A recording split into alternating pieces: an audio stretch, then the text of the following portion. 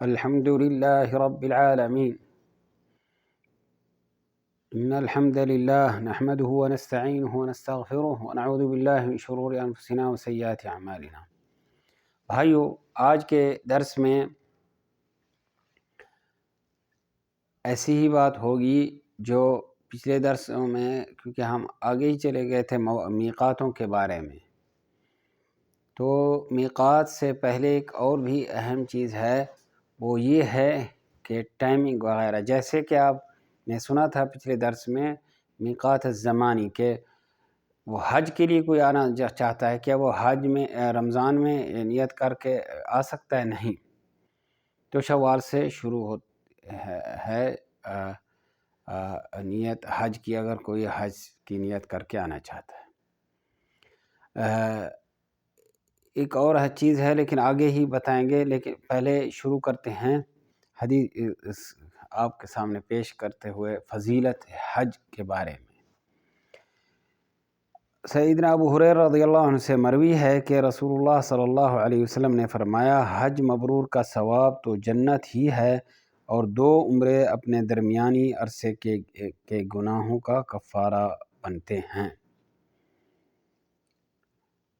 اور دوسری حدیث ہے، آپ نے فرمایا، جس شخص نے اللہ کے لیے اس شان کے ساتھ حج کیا کہ نہ کوئی فحش بات ہوئی، اس شان کے ساتھ کہ نہ کوئی فحش بات ہوئی اور نہ کوئی گناہ، تو وہ اس دن کی طرح واپس ہوگا جیسے اس کی ماں نے اسے جنا تھا. اس کی ماں نے اس کو جنا تھا. تو اتنا ہی ہے. حدیث میں آتا ہے کَیَوْمِ وَلَدَتْهُ أُمُّهُ. تو حج جو ہے جنت اس کا جزا ہے. وہ کون سا حج ہے جو مقبول؟ اس دوسری حدیث میں من فلم یرفث ولم یفسق. تو یہ خیال کیا جائے، اتنا آپ پیسے بھرے ہیں، بھر کر آئے ہیں، فحشی باتیں. تو حج جو ہے ایک عظیم جو ہے عظیم درس کے اللہ تعالیٰ نے اس میں رکھے ہیں. آپ کو مختلف دروس میں ذکر کرتے ہیں کہ آپ کے ساتھ کہ اللہ جل وعلا کی حکمت ہے. دیکھیں، شہادت اسلام کے جو 5 ارکان ہیں، شہادت لا الہ الا اللہ وان محمد رسول اللہ، اقام الصلاۃ وایتاء الزکوٰۃ وصوم رمضان وحج البیت من استطاع الیہ سبیلا، یہ 5 ارکان جو ہیں، اس میں اللہ جل وعلا اپنی وحدانیت اور نبی صلی اللہ علیہ وسلم کی اب جب نے گواہی دی کہ وہ اللہ تعالیٰ کے بندے اور رسول ہیں، تو اللہ کو عبادت، اللہ جل وعلا وحدہ لا شریک کی عبادت کی جائے گی، اور یہ کہ اللہ تعالیٰ کے رسول محمد صلی اللہ علیہ وسلم اللہ کے بندے اور رسول ہیں. اشہد ان محمدً عبدہ ورسولہ. تو علماء کہتے ہیں کہ عبد کا معنی کہ عابد جو ہے وہی بندہ ہے، اور معبود اللہ جل وعلا ہے. تو نبی صلی اللہ علیہ وسلم عابد ہیں، معبود نہیں، یہ علماء ذکر کرتے ہیں. اور لیکن اللہ تعالیٰ کے رسول جب ہیں تو سب بات مانی جائے گی. بلکہ قرآن کریم بھی نبی صلی اللہ علیہ وسلم نے ہی بیان کیا. نماز پڑھی تو فرمایا مجھ سے نماز کا صلو کما رأیتمونی اصلی، کہ مجھ جیسے ہی نماز دیکھی مجھ کو پڑھتے ہوئے، مجھ جیسے ہی نماز پڑھو. اور فرمایا خذوا عنی مناسککم، حج میں، کہ مجھ سے اپنے طریقہ عبادات لے لیں.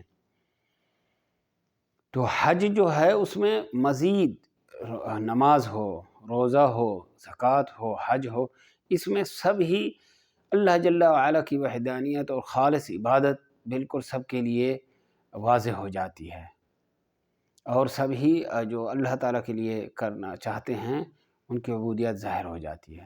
لیکن جو اور ہوتے ہیں وہ اور طریقے سے اور چیزیں داخل کرتے رہتے ہیں. حج میں جو ہے لبیک اللہم لبیک کر کے آتے ہیں، لبیک لا شریک لک لبیک ان الحمد والنعمت لک والملک لا شریک لک.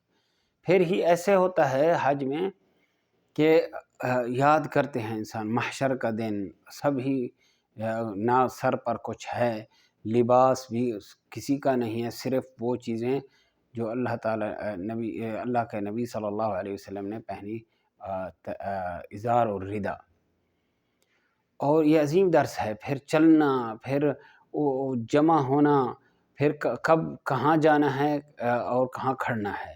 اگر عرفات کے دن کوئی کہے میں فضیلت حرم کی پہنا چاہتا ہوں، ہاں بھی تمہارا حج نہیں ہوگا اگر عرفات میں نہیں جاؤ گے اور پہلے چلے جاؤ گے دم ہو جائے. تو فضیلت کیا کرنا ہے وہ شریعت بتاتی ہے، یہ نہیں کہ اپنا عقل کہ ادھر اس دن یاد کریں فضیلت مسجد الحرام کی. اس لیے مشرک جو تھے وہ عرفات تک بھی نہیں جاتے تھے، کہتے اہل حرم میں ہم باہر نہیں نکلیں گے. مزدلفہ کے ساتھ ساتھ آ کے وہ آگے عرفات تک نہیں آتے تھے. اللہ تعالیٰ نے فرمایا ثم افیضوا من حیث افاض الناس، کہ وہاں سے لوٹو جہاں سے لوگ یعنی عرفات سے. تو یہ دیکھیں. تو ایسے ہی ایک اور چیز ہے یہ خیال رکھنا، حکمت حج میں اتنا ہے کہ لوگوں کے لیے تربیت دی جاتی ہے، ان کو نفسانی ہو، جسمانی ہو، ایسے مالی ہو، اور اس میں تبادلہ ہوتا ہے کہ اس میں اللہ تعالیٰ کے لیے خرچ کرنا. کوئی مزید خرچ کرتا ہے، اور اس میں ایسے بھی ہیں حتیٰ کہ اللہ تعالیٰ نے اہل مکہ کا بھی کا ذکر کیا، اور اس میں ہمیں للسائل والمحروم.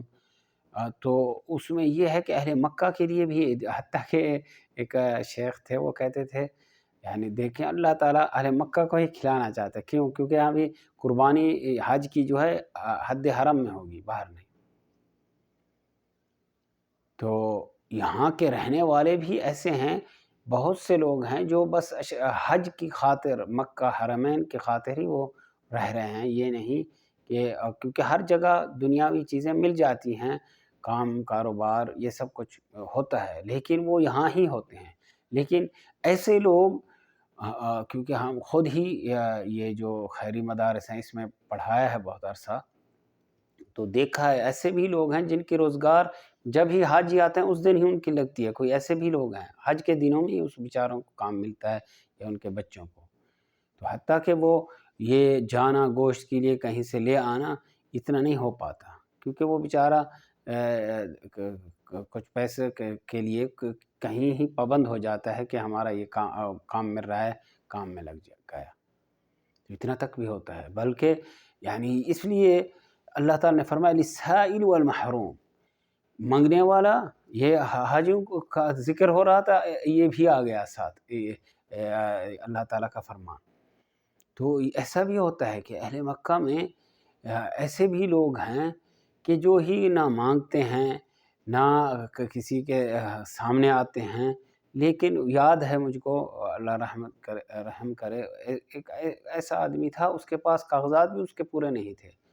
بیچارہ گاڑیوں کو دھو کر اور اذان مسجد میں دیتا تھا، چابی اس کے پاس تھی، آتا اذان دے رہا ہے، اقامت کر رہا ہے. حتیٰ کہ اس سے ایک مرتبہ بات ہوئی، تم کیوں نہیں بناتے؟ ایک عرصے میں ایسا عرصہ آیا کہ کھول دیا کہ جو جن کے پاس نہیں ہے بنا لے. تو کہتا ہے یہ فیس وغیرہ ہم کہاں سے دیں گے؟ اور سبحان اللہ، اللہ تعالیٰ نے اس کو یہاں ہی اس کی پوری عمر گزر گئی اور فوت بھی ہوا، دفن بھی ہو گیا.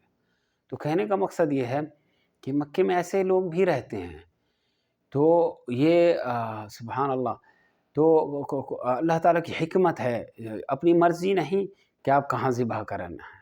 حج کے بارے میں اللہ تعالیٰ نے کہ یہاں ہی ذبح ہوگی حاجی کی قربانی، اور دم وغیرہ بھی ہو تو یہاں ہی ہوگا، بلکہ وہ خود دم سے نہیں کھائے گا، صرف فقراء حرم کو ہی دے گا. تو حکمت ہے اس میں اور لوگ نکل آتے ہیں. کوئی لوگ سستی چیز ڈھونڈتا ہے، حتیٰ کہ بہت قربانیاں ہیں پھر بھاگ رہا ہے قربان گاہ، ادھر جب دیکھتا ہے ریٹ بہت ہیں پھر ادھر جو ہم بھی لے رہے ہیں ابھی تو ہم نے دیکھ لیے یہاں ریٹ بہت ہیں. تو پھر کیوں لوٹ رہے ہو کہ جو سستی چیز آپ کو پیش کر رہا تھا اس سے بھی آپ یقین کریں کہ واقعی آپ کی چیز ہو رہی ہے یا نہیں. کسی یعنی جیسے کہتے ہیں دو نمبر کا آدمی تو نہیں ہے، کیا بات ہے. تو حتیٰ کہ تعجب ہے. یعنی ایک مرتبہ مجھ کو یاد ہے شروع میں آئے تھے تو ایک بیچارہ بوری میں بکری لے کر آ رہا تھا، یعنی بکری ذبح کر دی گئی. تو یعنی یہ حاجی کیسا تھا کہ اس نے بس ذبح کروا کے ہی کسی کو پکڑا دیا، ہاں بھی یعنی کچھ پیسے کے لیے ہاں بھی وہ اس کو کاٹا جائے، بنایا جائے، اتنا اس نے تکلف نہیں کی۔ تو یہ جو بیچارہ لے کر آیا تھا وہ بھی ایسا کوئی یعنی محتاج تھا تو اس کے لیے آنا تھا، لیکن اس کو کون بنائے گا، کب بنائے گا، ٹائمنگ وغیرہ، اس لیے کوئی چیزیں پابندی میں ابھی آ جاتی ہیں کہ اجازت نہیں ہوتی۔ کیوں؟ کیونکہ ہم بھی لوگ ایسا نہ کریں کہ ذبح کر کے چھوڑ کے چلے گئے۔ تو اس لیے سنا ہے کوئی چیزیں یہاں بھی کہتے ہیں نہ نکالو، ایسے نہ کرو، ایسے نہ کرو۔ کیوں؟ کیونکہ ایسا نہ ہو کہ وہ گوشت وغیرہ زیادہ ٹائم میں خراب نہ ہو جائے۔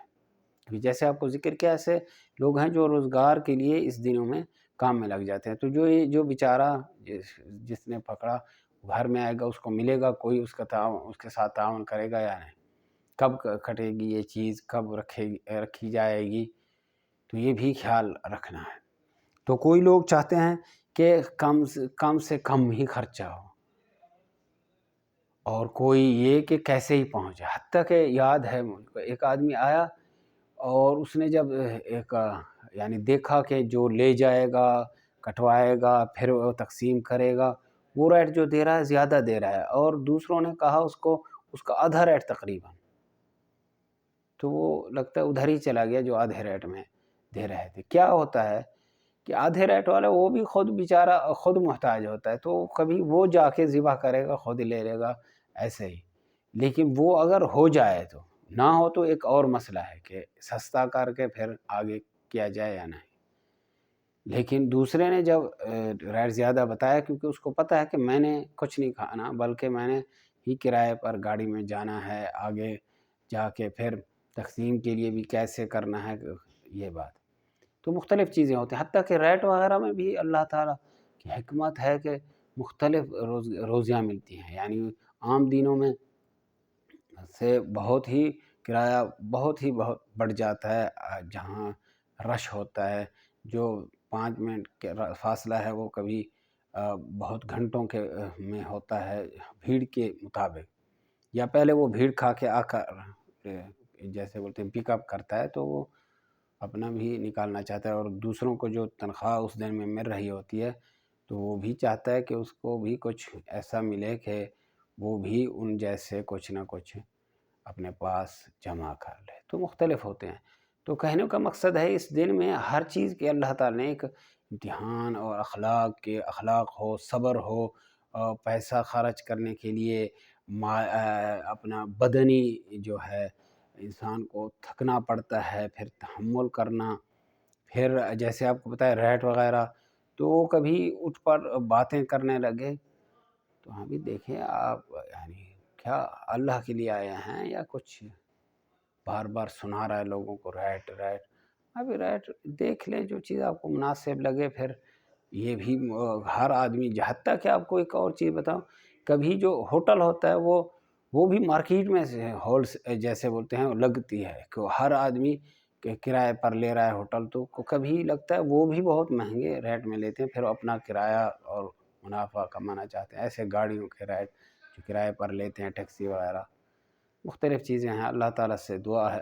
ہاں ایک اہم چیز ہے کہ دیکھیں عرفات کے دن، اس دن میں ہی خصوصیت ہے، آپ جانا مغفرت کے لیے، یہ عظیم وسیلہ ہے۔ مزدلفہ ہو،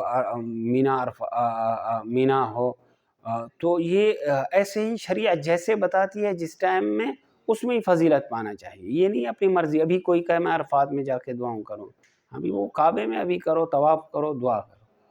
تو ہر چیز کا ٹائم ہوتا ہے، جگہ۔ تو شریعت جب بتاتی ہے فضیلت وغیرہ، یہ خیال کریں۔ ابھی کوئی کہے میں پہاڑ جبل نور پر چڑھ جاتا ہوں، ابھی ادھر فضیلت صحابہ نبی صلی اللہ علیہ وسلم نے نہیں بتایا، تو آپ ہی وہاں کھڑیں اس ٹائم کے مطابق، نماز سے پہلے، نماز میں، سجدے میں، جیسے ہی شریعت بتایا، اپنی مرضی نہیں۔ اللہ تعالیٰ سے دعا ہے ہم سب کو دین کی صحیح سمجھ دے، صحیح عمل کرنے کی توفیق دے۔ وصلی اللہ وسلم بارک علی نبینا محمد وعلی آلہ وصحبہ اجمعین۔ السلام علیکم ورحمۃ اللہ وبرکاتہ۔